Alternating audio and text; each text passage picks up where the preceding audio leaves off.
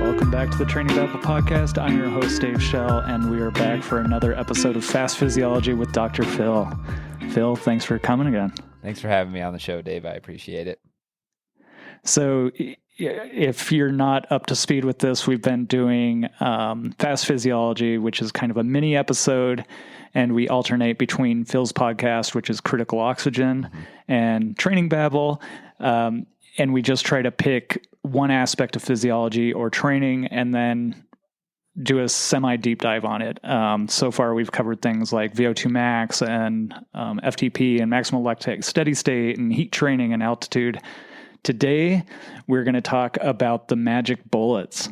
And when I say magic bullets, we're talking about ergogenic aids or things that you can take that can improve your performance by perhaps modifying or enhancing some aspect of your physiology.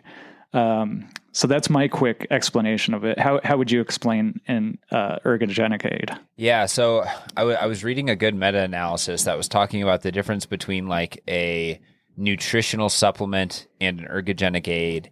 And a nutritional supplement seems to have some level of like caloric intake associated with it. So carbohydrates, and we'll talk about ketones in a sense of maybe being an ergogenic aid, but ketones also provide some level of energy through calories.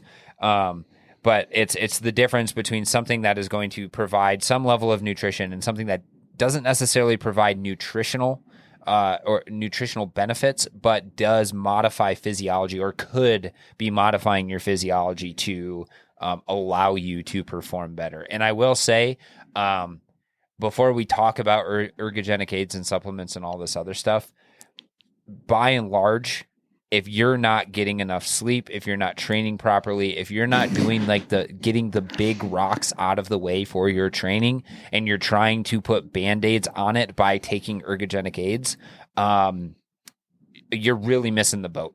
Like you're really missing the target. Don't rely on the supplements. Rely on the things that are actually tried and true. Proper training load management, stress management, those sort of things, proper sleep and recovery, actual like eating enough. That's one of the best things for your performance, and refueling or fueling properly during your workouts. And I know there's a few other ones probably, but I would say that if you're looking at like a pyramid of, like what's the most important to least important, on the bottom, actually probably like the top 2/3 is probably like all of those big things. And then at the very, very tippy top, right, are your supplements. So yeah, that's what I think.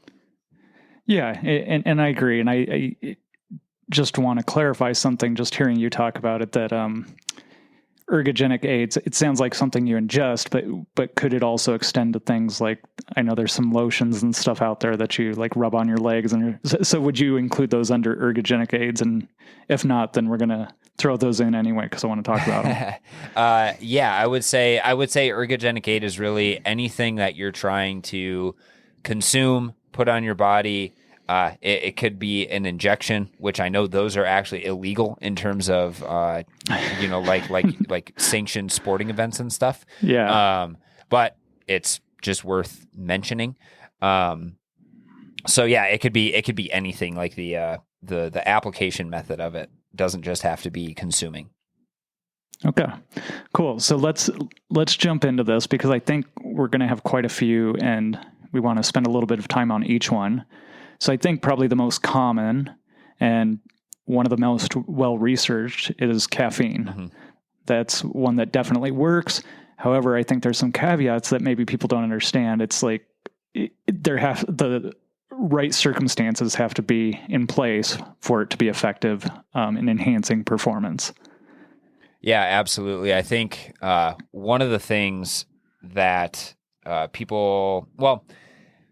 for caffeine to really work, you have to take enough of it. I think that's like the number one thing. And I can't remember exactly what the amounts are. And there are limitations to how much you can actually take and use in a racing situation. But I think anywhere from 3 to 5 milligrams per kilogram of body weight is kind of like the quote unquote sweet spot for gaining the benefits of caffeine. And I think from what I've read, the benefits of caffeine seem to lower ratings of perceived exertion. There's an increase in lipolysis or breakdown of fat. So you actually get higher fat oxidation rates when you consume caffeine. And then you just have a greater ability for maximal force output as well. And that seems to be mediated by caffeine's ability to actually release more calcium within your muscles. Interesting. Yeah. So that's pretty cool that, so somehow caffeine is triggering more calcium release, which then results in higher force outputs because calcium kind of triggers the ability to actually create myosin actin cross bridges and then force contraction from there. No, my understanding too, with it to be effective, at least in the studies I read, and it's been a long time,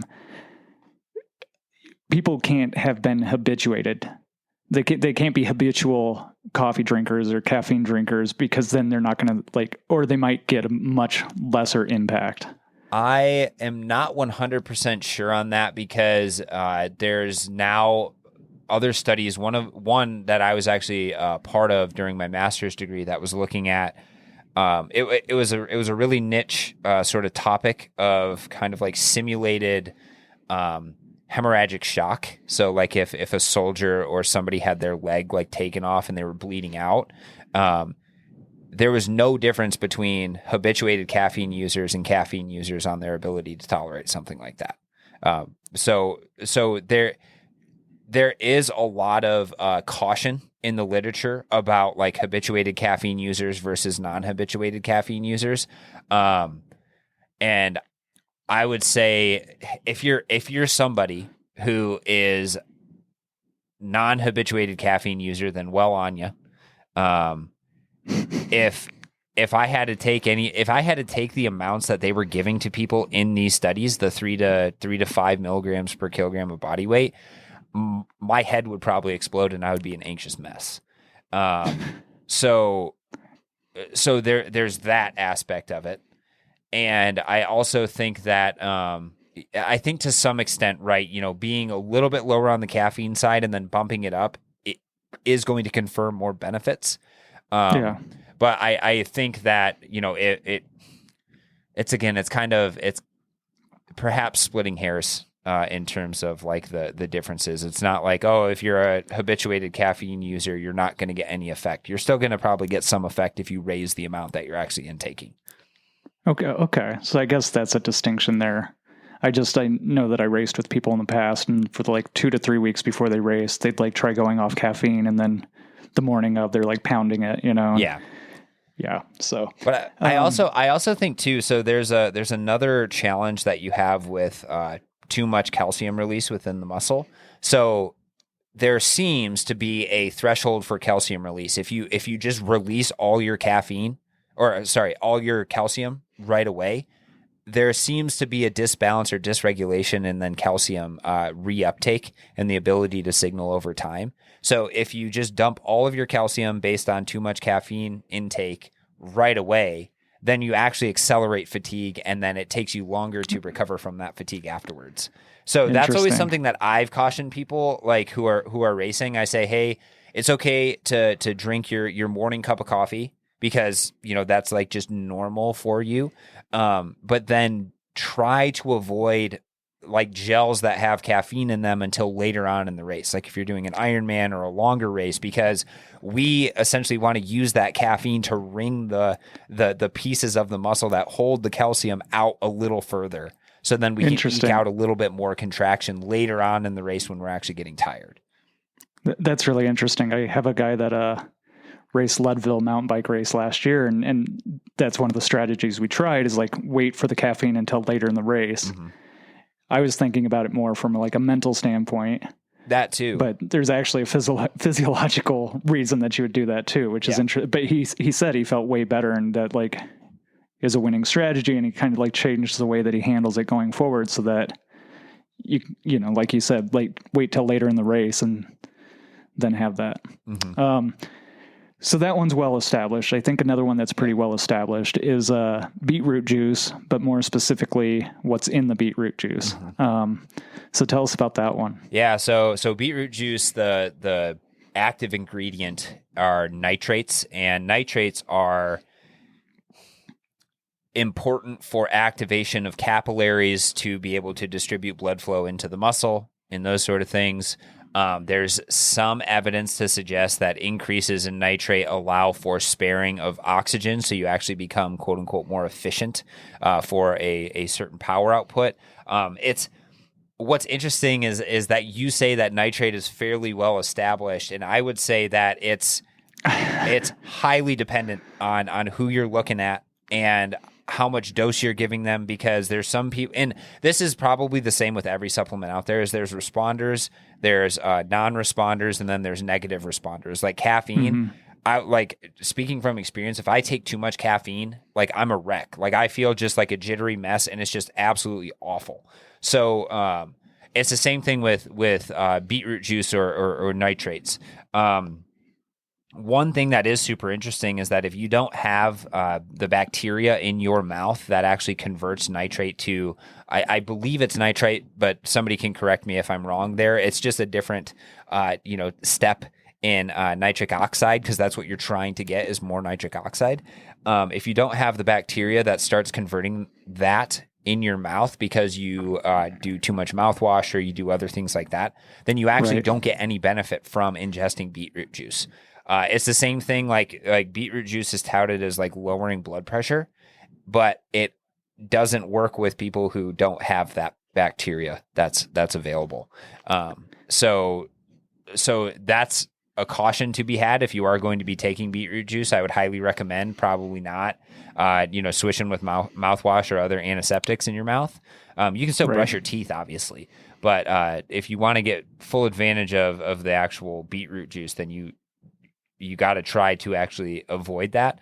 And another interesting thing is that females might be differently affected by beetroot juice ingestion compared to males.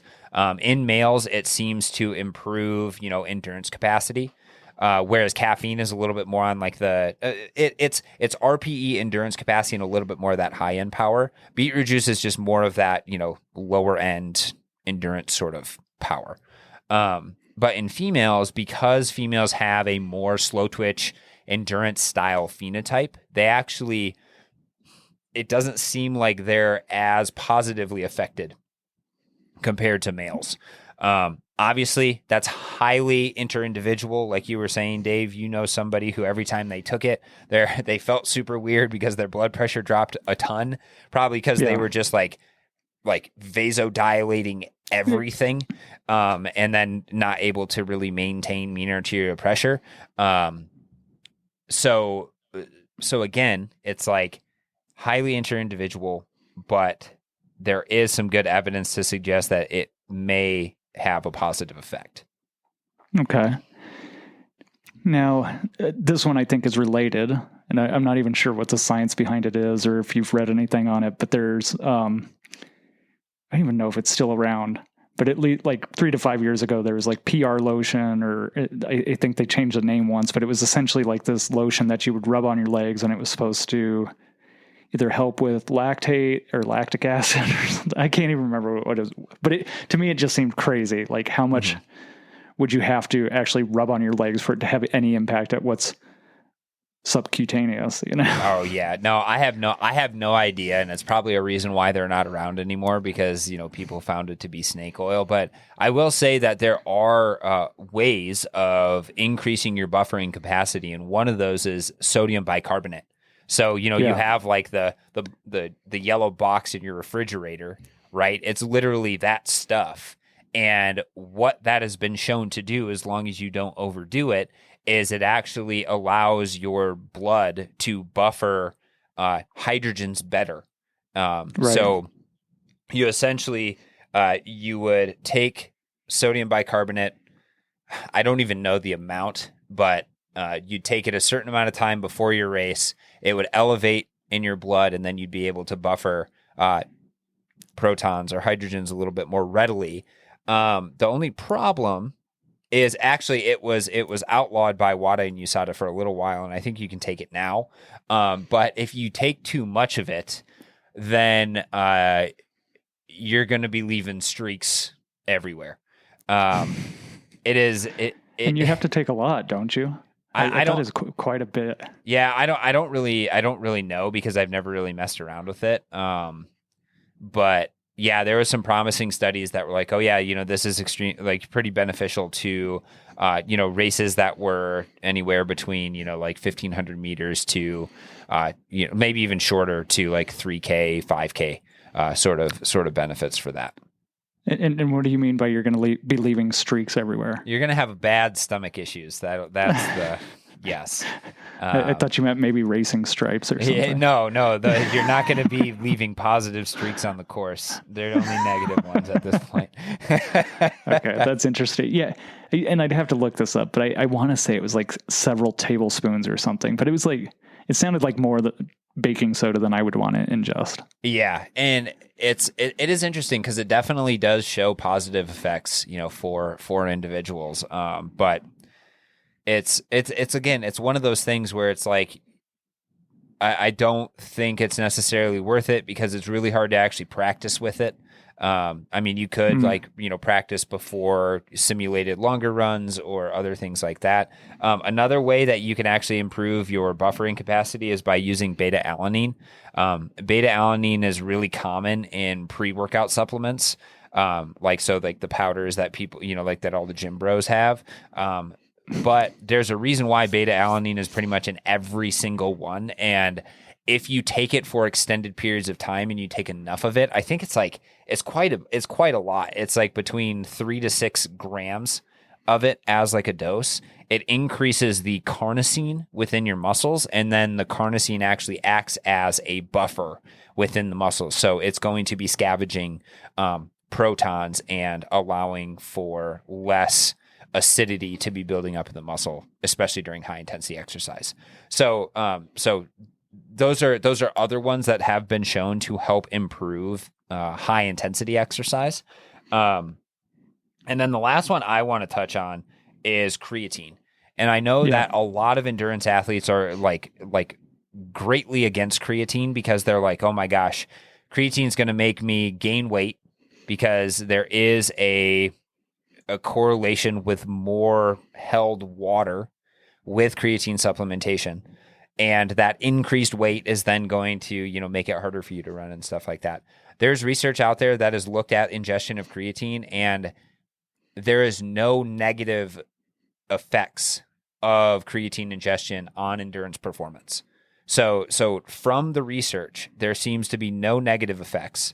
If anything, there might be slight positive effects for, again, high intensity stuff. But overall, it's probably, you're not going to take creatine and all of a sudden go from like a 20-minute 5K runner to a 15-minute 5K runner. If anything, you're just going to be a 20-minute 5K runner still. So I would say creatine is probably one of those things that's not going to help you with endurance, but there is a reason why it's one of the most studied supplements on the market. There's a lot of other benefits if you are low in creatine that are just going to potentially help you stay healthier for longer. So I would say, if anything, if you are going to take any sort of supplement, getting a good sourced creatine could be actually beneficial, especially if you're somebody who lacks on their protein quite a bit. Because there's some evidence to suggest that people with low protein load have lower creatine, and it actually helps cognitively if you supplement with it. Oh, then I could use some of that. Yeah, especially right now, right? You're saying how tired you are. Yeah, exactly. So, just a follow-up question on that, with the water retention. Mm-hmm. I feel like at one point, like one of the big concerns, so you said there's no detriment to endurance performance, right? Or maybe no benefit, but I also thought that it could be hard on your kidneys and lead to dehydration or something because there is the water retention. And so is that false? That's probably based off of, people who are like, oh, if 5 grams of creatine is good, 20 grams is going to be better. Just like with too much protein, right? You can get issues. But that's because people are like, oh, if 1 to 2 grams per kilogram of body weight is good, then 4 to 5 grams per kilogram of body weight is going to be better. It's right. A lot of, I think, these myths come from people who, unfortunately overdo it. And then it just gives kind of like a bad reputation to everybody else. What's really happening is that because creatine requires water to be, kind of stored in your muscle for easy ATP resynthesis, it just pulls more water into your muscle. So it's not like you're just having like bad water retention because of inflammation and stuff. You're actually pulling more water into your muscles because of the differences in creatine just having to have water around for it to exist. Okay. Now, the last one I want to touch on, because I feel like it's a flavor of the moment. Oh, yeah. And maybe not as much now, but it definitely was like last year, is ketones or ketone bodies. Mm-hmm. I guess my take is that essentially that it's not really clear if there's an effect, and in order to get that effect, you have to take a lot, and it's really expensive. And so for most people, it's just not worth it. What's your take on it? Oh, no, that's exactly how I think of it. And I think Jason Koop did a really, really good summary of this. He said, there was a study that came out that, some individual took like an absurd amount, like 30 grams per hour of ketones during like a trail marathon or something along those lines. And for any of you who are familiar with how many ketones are in like one bottle costs like $7 to $10. So they're essentially spending $30 per hour to intake ketones for the course of their race. So races are already expensive in terms of the time investment and the money investment and all of that. And then you're adding on, hundreds of dollars in ketones.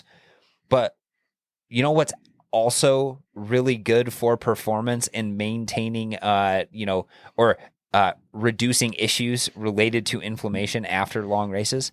Intake of carbohydrates. And we know that high intake of carbohydrates is actually beneficial. Like, I think what they were looking at in this study was something along the lines of like cognitive decline, and they showed less cognitive decline with ketone supplementation rather than not.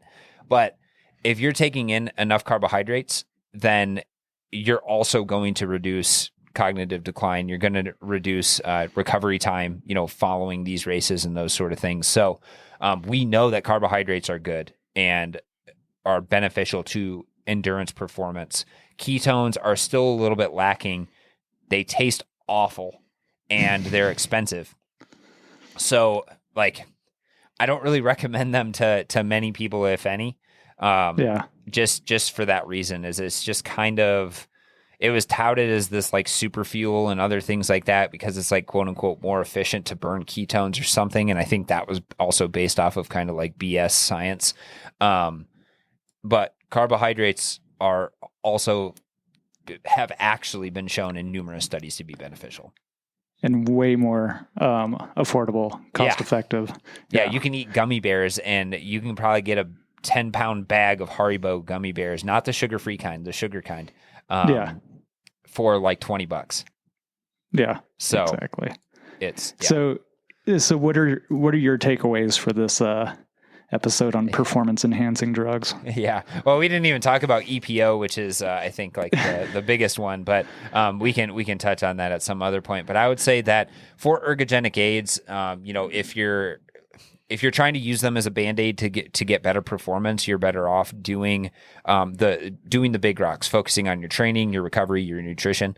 If you are going to take some level of supplement, what seems to be the best is caffeine, creatine from like a more of a lifestyle perspective, if you're kind of lacking in that, and then something along the lines of like beta-alanine, bicarbonate, or beetroot juice could move the needle just a little bit. But those are even kind of on like the questionable at best sort of side. And those also can kind of get a little bit expensive too. So I would say, focus on the big rocks. That's going to get you way more bang for your buck. Yeah. And I think those are all great takeaways. I would say my takeaway is most of it is snake oil. If it wasn't, then everybody'd be using it or it would be illegal. And so, like you said, it's like caffeine, I think, is effective. And especially like for me late in a race, I'd love to have a Coke like waiting for me. And it's like just that last push home. So that can both psychologically, but also physically. And I guess one thing we didn't talk about too was the placebo effect. And so that might be another episode. But yeah, I think, like you said, just focus on your training first and doing all the big things right. And then add these proven things to maybe get that last little bit of the edge. Yep, absolutely. All right. So, again, this has been an episode of Fast Physiology. We're alternating episodes. So we do 1 week on Training Babble and the other on Critical Oxygen Podcast, which you can find on Spotify or wherever you find your podcast. And you can also find Phil at criticaloxygen.com. And Critical O2 on Instagram. That's actually where I typically talk to most people. So head over there and ask me questions if you have them. There you go. Yeah, we would love to hear what questions you have and help inform future episodes. So thanks for your time and look forward to doing it again. Thanks for having me, Dave.